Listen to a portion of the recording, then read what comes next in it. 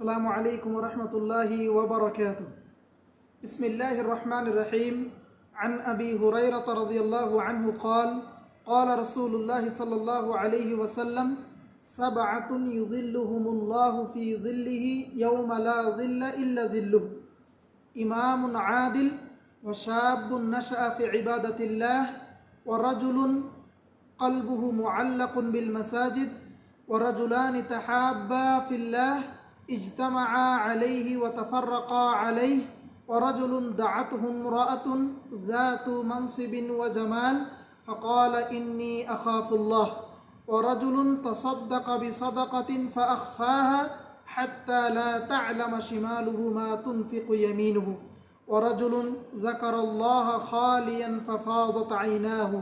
রওয়াহুল বুখারী ওয়া মুসলিম। বন্ধুগণ, আজকে একটি হাদিস আপনাদের সম্মুখে পাঠ করলাম, যেটা হাদিস হলো কিয়ামতের দিন আরশের ছায়ার নিচে 7 শ্রেণীর মানুষ থাকবে।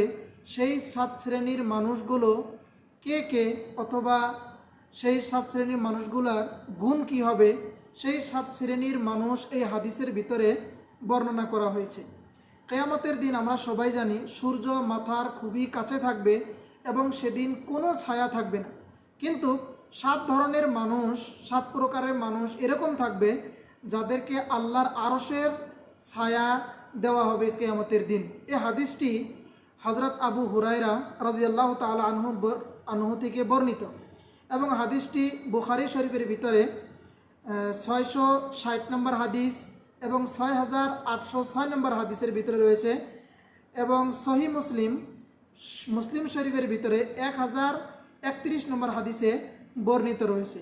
তো আমরা এখন দেখে নিব সেই 7 শ্রেণীর মানুষ কোনগুলো, যারা কঠিন কিয়ামতের দিন, যেদিন নাকি কোনো ছায়া থাকবে না, সেদিন এই 7 শ্রেণীর লোক আল্লাহর আরশের ছায়ার নিচে থাকবে। সেই 7 শ্রেণীর লোকের ভিতরে সর্বপ্রথম রাসূলুল্লাহ সাল্লাল্লাহু আলাইহি সাল্লাম বলেছেন, ইমামুন আদিলুন, ন্যায়পরায়ণ শাসক, যিনি ক্ষমতার আসনে থেকেও ইনসাফ ও ন্যায় বিচার করেন।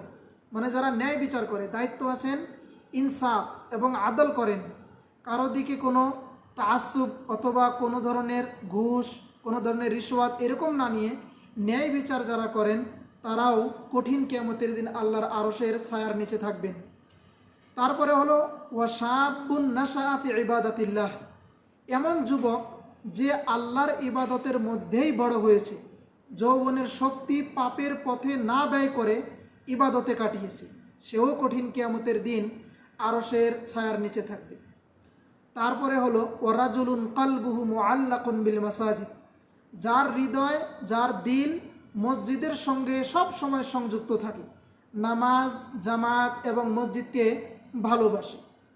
তারপরে হলো ওয়ারাজুলানি তাহাব্বা ফিল্লাহ, দুজন ব্যক্তি যারা আল্লাহর জন্য পরস্পরকে ভালোবাসে, স্বার্থ নয়, দিনই তাদের বন্ধনে রাখে।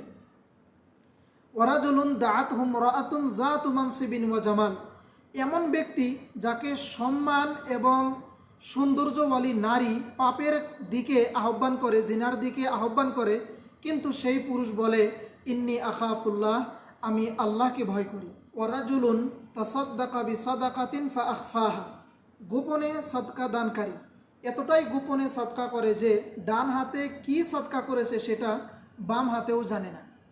ওয়ারাজুলুন যাকারাল্লাহ খালিয়ান ফাফাজাত আইনাহু, নির্জনে আল্লাহকে স্মরণ করে এবং আল্লাহকে ডাকে এবং একান্ত আল্লাহর ভয়ে সে কান্না করে এবং তার চোখ দিয়ে পানি বের হয়। এটা শুধু লোক দেখানোর জন্য নয়, এটা শুধুমাত্র আল্লাহর ভয়ের জন্য।